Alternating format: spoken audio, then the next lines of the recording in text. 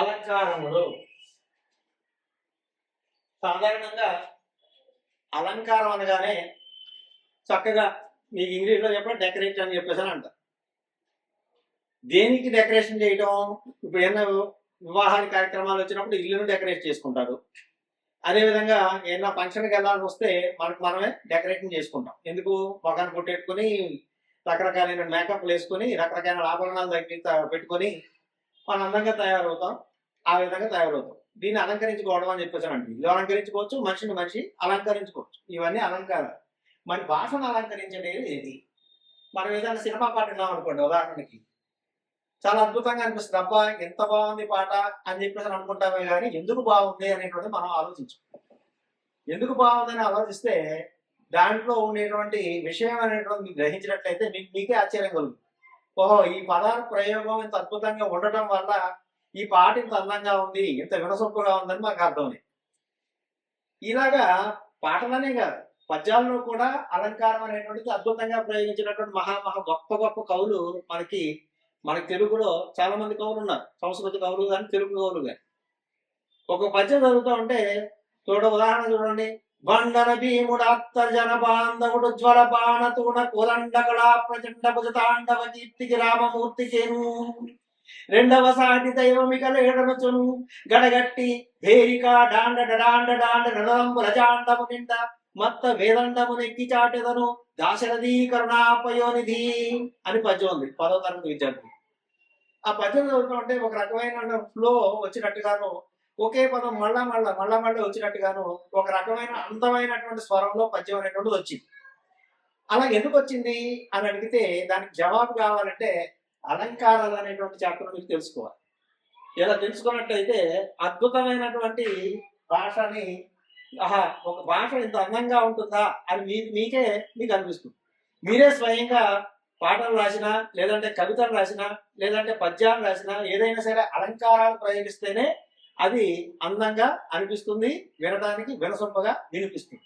కాబట్టి ఇప్పుడు మనం చెప్పుకునేటువంటి అంశం ఏంటంటే అలంకారంలో అనేటువంటి అంశం మనం తెలుసుకుందాం. ఈ అలంకారంలో అనేటువంటి విషయాల్లో ముఖ్యంగా అలంకారాలు ఎన్ని విధాలంటే 2 విధాలు. అలంకారాలు ఎన్ని విధాలు? 2 విధాలు. ఒకటి శబ్దాలంకారము, రెండవది అర్థాలంకారం. శబ్దాలంకారము, అర్థాలంకారం. శబ్దాలంకారములు అనుకోవచ్చు, అర్థాలంకారములు అని అనుకోవచ్చు.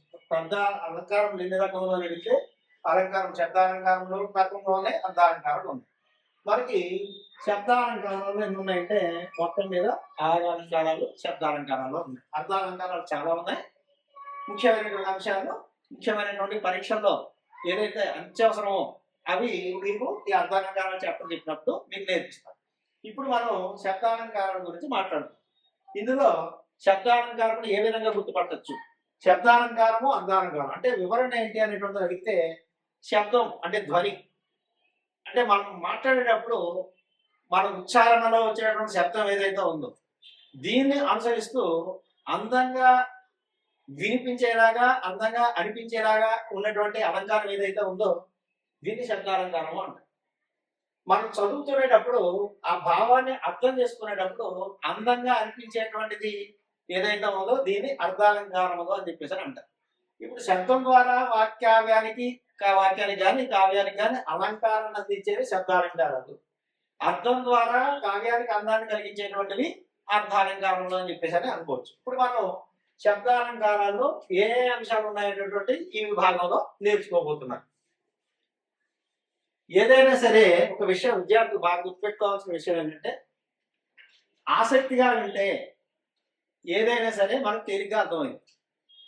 ఆసక్తి అనేటువంటిది లేకపోయినట్లయితే వివరణ ఎంత గొప్పగా ఉన్నప్పటికీ కూడా దాని మీద మనకి ఆసక్తి అనేటువంటిది కలగకపోతే అది చాలా బోరింగ్ అంటారు కదా మీరు, బోరింగ్ సబ్జెక్ట్ లాగా అనిపిస్తుంది. కాబట్టి ప్రతి అంశాన్ని నేర్చుకోవాలనేటువంటి కుతూహలంతో కనుక నేర్చుకున్నట్లయితే ఇది చాలా తేలిగా మీ అంతా మీరే రాయగలిగేటువంటి స్థాయికి వచ్చేస్తారు. కాబట్టి అలంకారంలో ముఖ్యంగా శబ్ద అలంకారములు ఏ విధంగా గుర్తుపట్టవచ్చు? ఇది ముఖ్యంగా 8వ తరగతి నుంచి డిగ్రీలో చదివేటువంటి విద్యార్థులకు కూడా ఇవి ఉపయోగపడతాయి. డిగ్రీ చదివేటువంటి విద్యార్థులకు కూడా అలంకారం లాంటి చాప్టర్ ఉంది.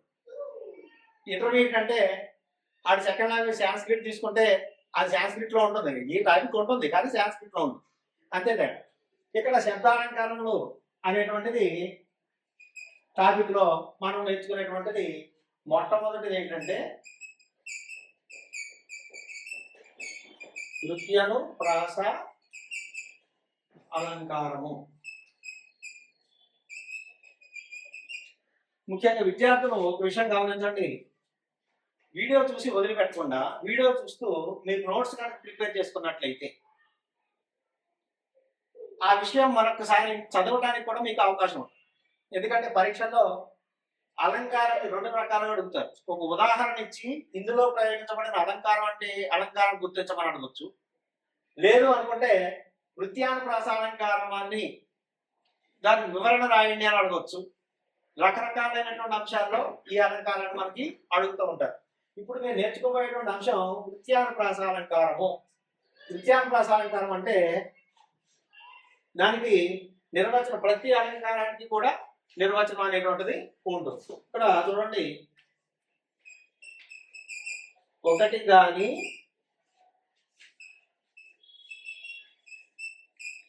అంతకంటే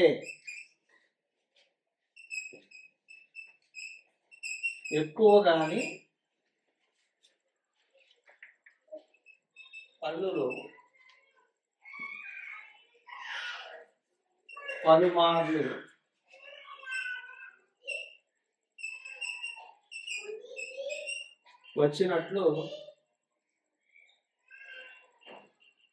చెబితే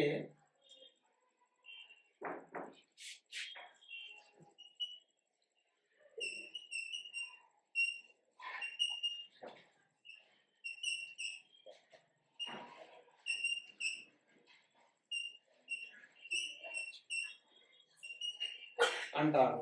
ఇక్కడ చూడండి, నృత్యానుప్రాస అలంకారము నిర్వచనం రాయండి అని అడిగితే మీరు రాయాల్సినటువంటి అంశం టాపిక్ ఇది. ఇక్కడ ఒకటి కానీ అంతకంటే ఎక్కువ కానీ హల్లులు పలుమార్లు వచ్చినట్లు చెబితే నృత్యానుప్రాస అలంకారము అంటారు. ఒక హల్లు అనేక సార్లు ప్రయోగించి చెప్పడం, ఒక హల్లుని అనేక సార్లు ప్రయోగించి చెప్తే నృత్యానుప్రాస అలంకారము అంటారు. ఇప్పుడు ఉదాహరణ చూడండి, విష్ణు రోజిష్ణు సహిష్ణు కృష్ణ. విష్ణు రోజిష్ణు సహిష్ణు కృష్ణ ఇది ఒక ఉదాహరణ. ఇది పోతన గారు భాగవతంలో రాసినటువంటి పద్యంలో ఒక లైన్. ఇక్కడ ఒకే అక్షరం అనేక సార్లు వచ్చింది. ఏంటది? స్ను అనేటువంటి హల్లు. స్ను అనేటువంటి హల్లు అనేక సార్లు ప్రయోగించబడిన వల్ల ఈ వాక్యానికి అంతరంగం అనేటువంటిది వచ్చింది. ఇది ఏ అలంకారం అని చెప్పేసారంటే ఒకటి కావచ్చు అంతకంటే ఎక్కువగా హల్లులు కానీ ఒకేసారి పలుమార్లు వచ్చినట్టు చెప్తే దాన్ని నృత్యానుప్రాస అలంకారం అంటారు. ఒక హల్లు అనేక సార్లు ప్రయోగించింది కాబట్టి ఈ ఉదాహరణ దేనికి చెందుతుంది అంటే నృత్యానుప్రాస అలంకారం చెందుతుంది. ఇక్కడ ఉదాహరణ ఇచ్చి అలంకారాన్ని గుర్తించండి అంటే మీరు గమనించాల్సింది ఇది. ఒక హల్లు అనేక సార్లు వచ్చింది కాబట్టి అదే అలంకారం, అది ఖచ్చితంగా నృత్యానుప్రాస అలంకారం అయి ఉంటుంది. ఇంకొక ఉదాహరణ, తేలికైనటువంటి ఉదాహరణ ఇంకోటి రాస్తాను చూడండి.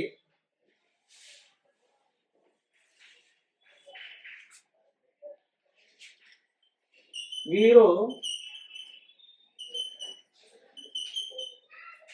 పొమ్మను వారు కారు పొగపెట్టువారు.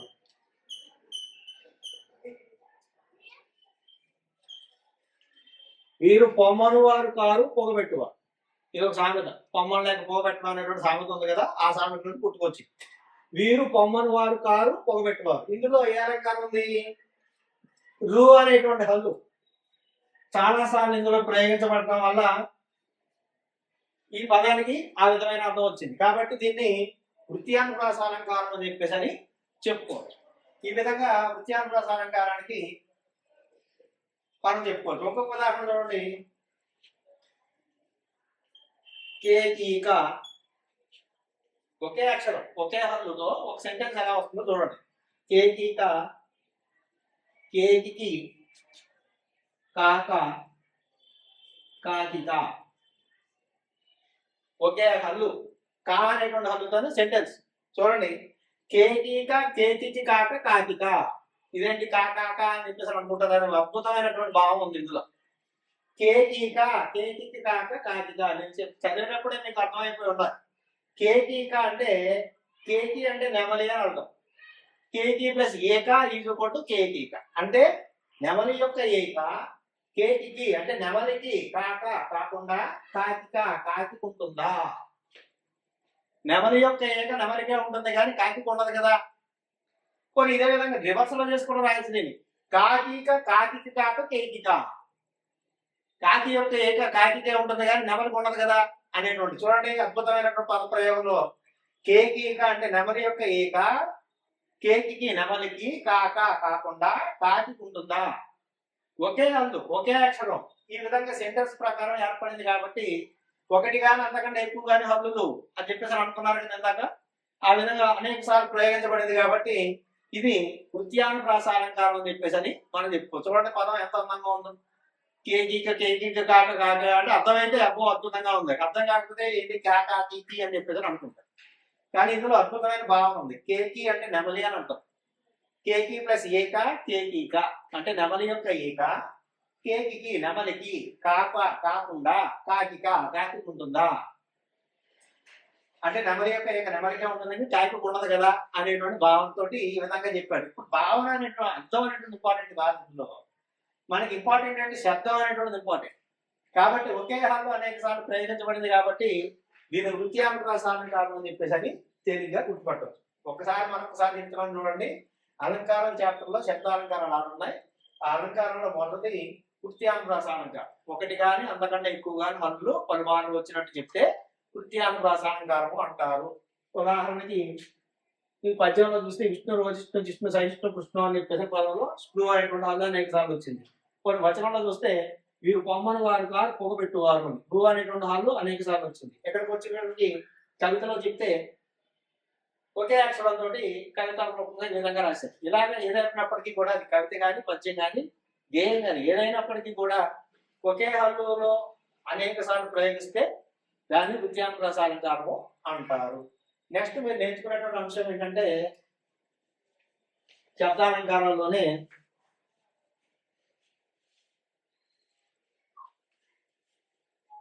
చేకానుప్రాస అలంకారం నేర్చుకుంటారు.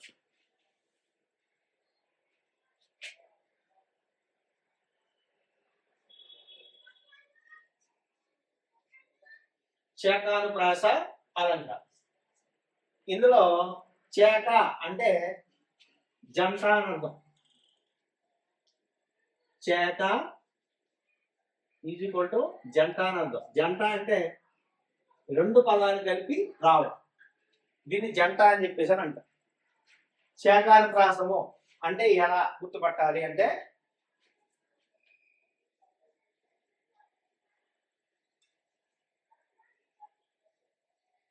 అర్థభేదంతో కూడిన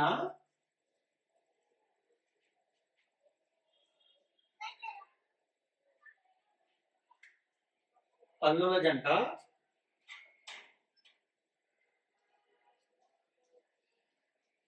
వెంటనే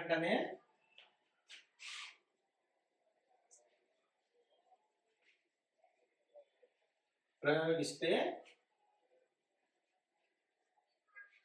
చేకానుప్రాస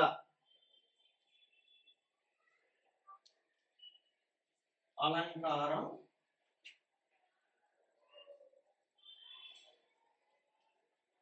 అంటారు.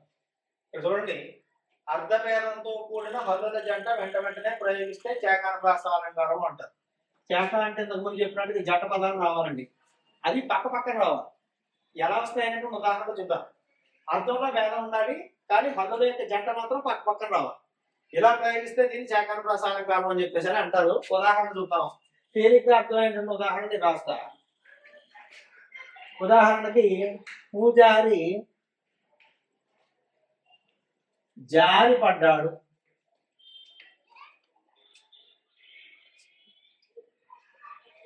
పూజారి జారి పడ్డాడు. పూజారి అంటే ఇక్కడ ఇందులో జంట పదాలు ఏవి? జారి, ఈ జారి పక్క పక్కన వస్తాయి.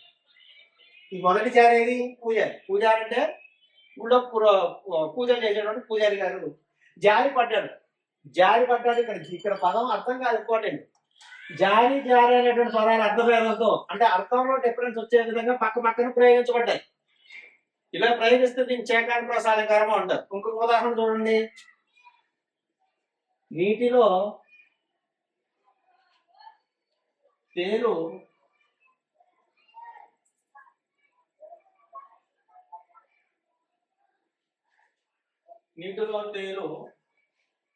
తేలుతుందా?